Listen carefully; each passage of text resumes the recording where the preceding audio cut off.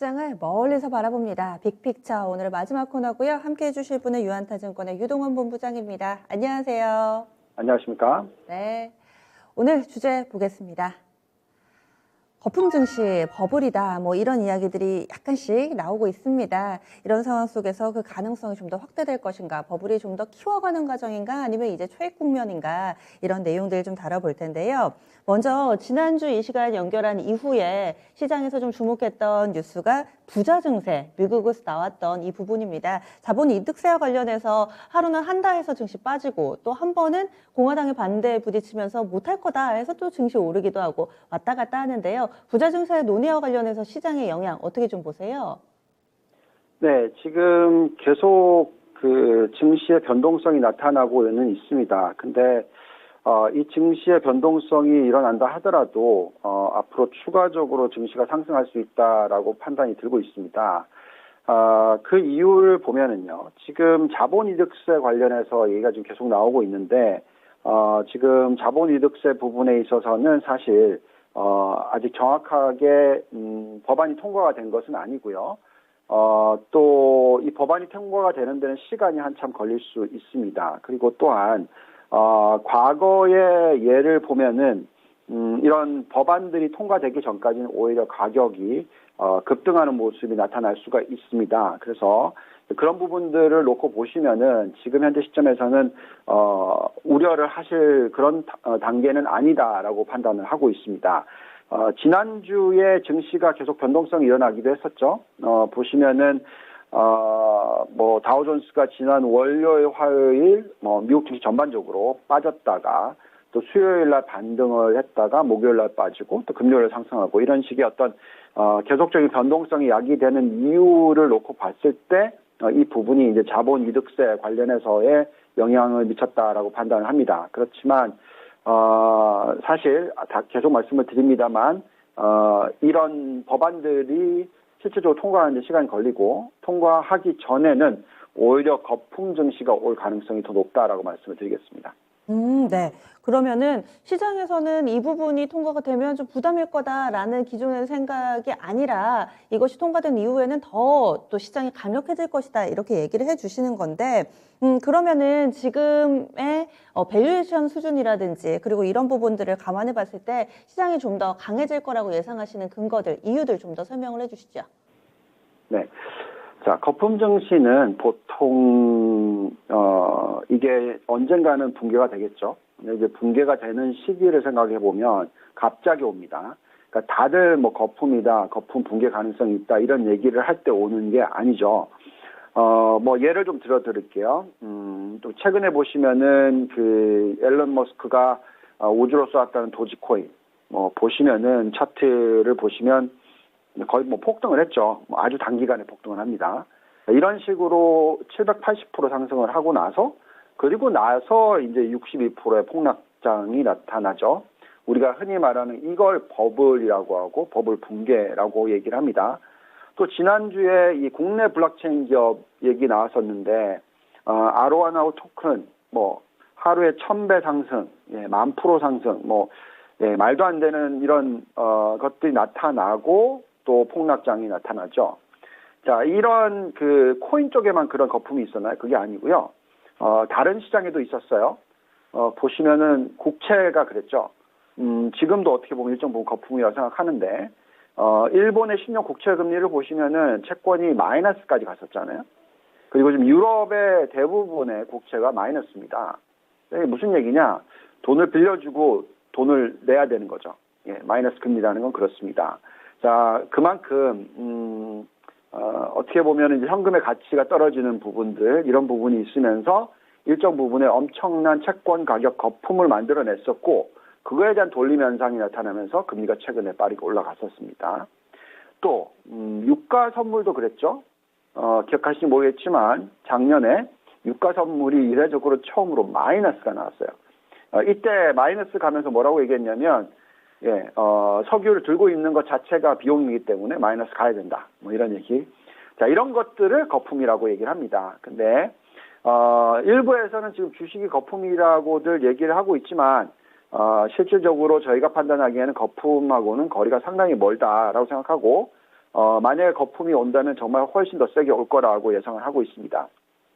물론 일부 이 외국계 투자은행에서 지금 증시의 어떤 고점 가능성에 대해서 얘기를 하긴 합니다. 이런 얘기를 어떻게 하고 있냐면 미국의 경제 성장률이 올해 2, 4분기에 전 분기 대비해서 가장 큰 폭으로 상승을 하고 꼭지를 칠 거다. 이런 숫자를 가지고 얘기를 해요.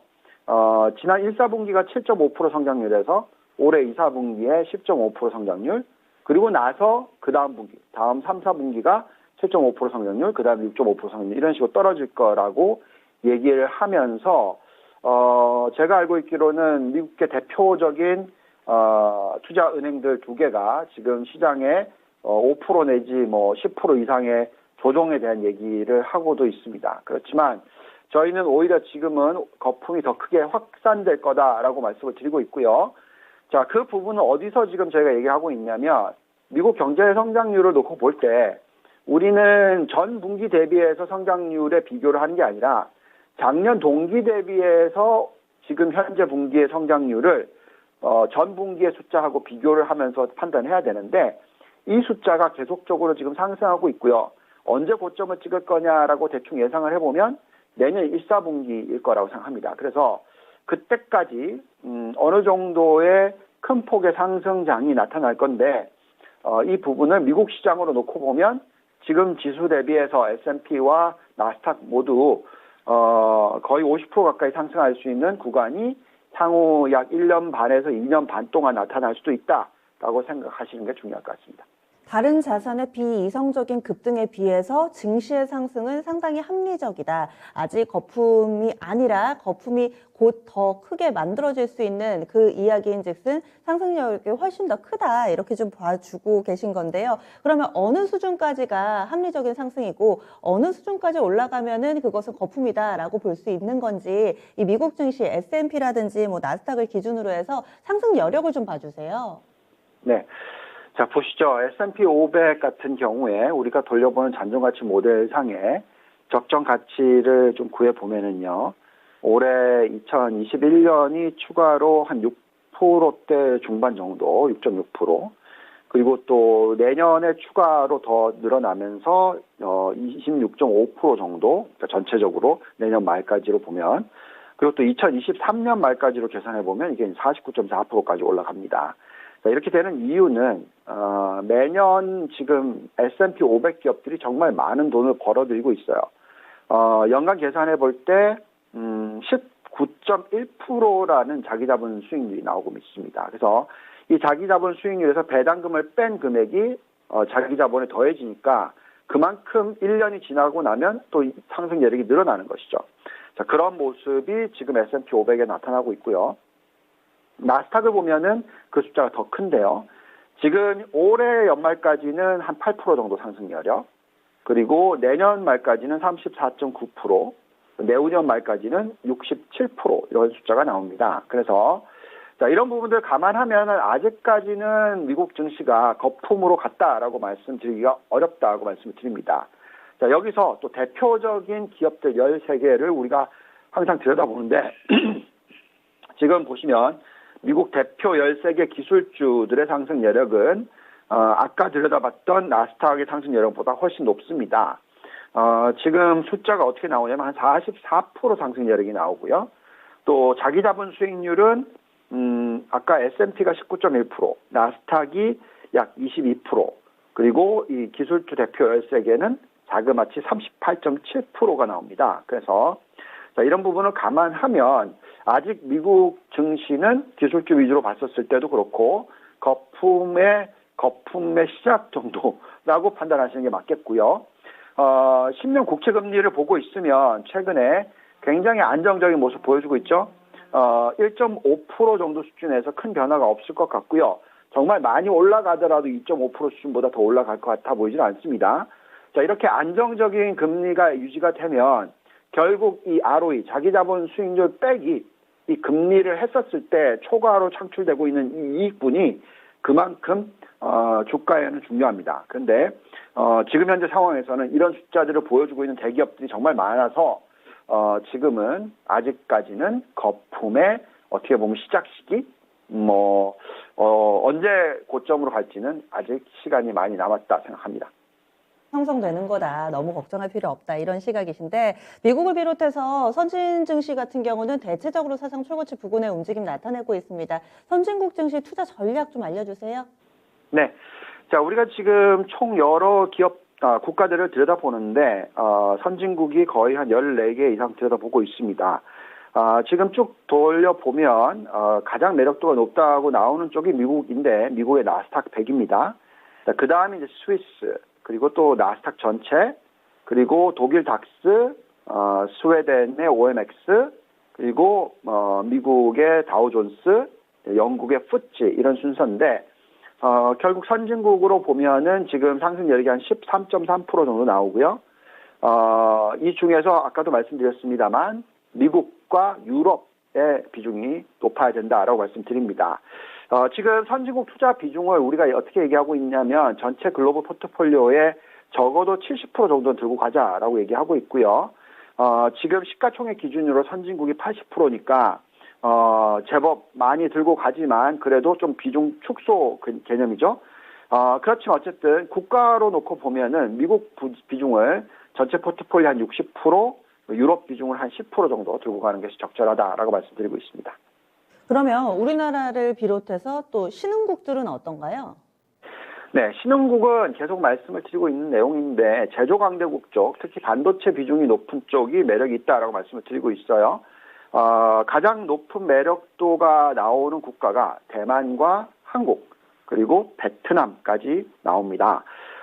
지금 시가총액 기준으로 아까 이 선진국이 80%고 신흥국이 20% 정도 된다고 말씀을 드렸는데 우리는 지금 신흥국에 한 30% 정도 투자하는 게 적절하다라고 얘기를 해드리고 있고요.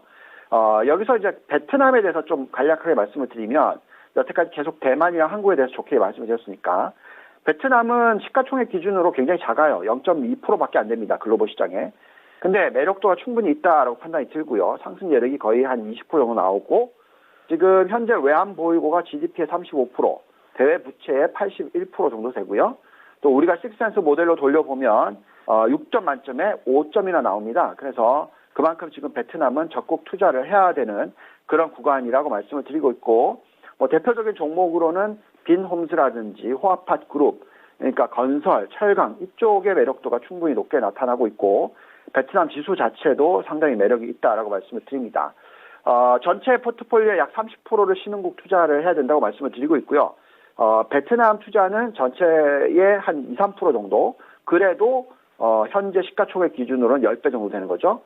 그리고 그 나머지를 대만과 한국에 투자를 하시는 것이 적절하다라고 말씀드리고 있습니다. 네, 오늘은 또 신흥국에서 베트남 관련돼서 데이터를 좀 알려주시니까 상당히 또 흥미롭네요. 그러면은 오늘의 큰 그림 그려보겠습니다. 네, 한 줄로 말씀드리면 거품 상세를 즐기자입니다. 네, 알겠습니다. 자세한 말씀 고맙습니다. 감사합니다.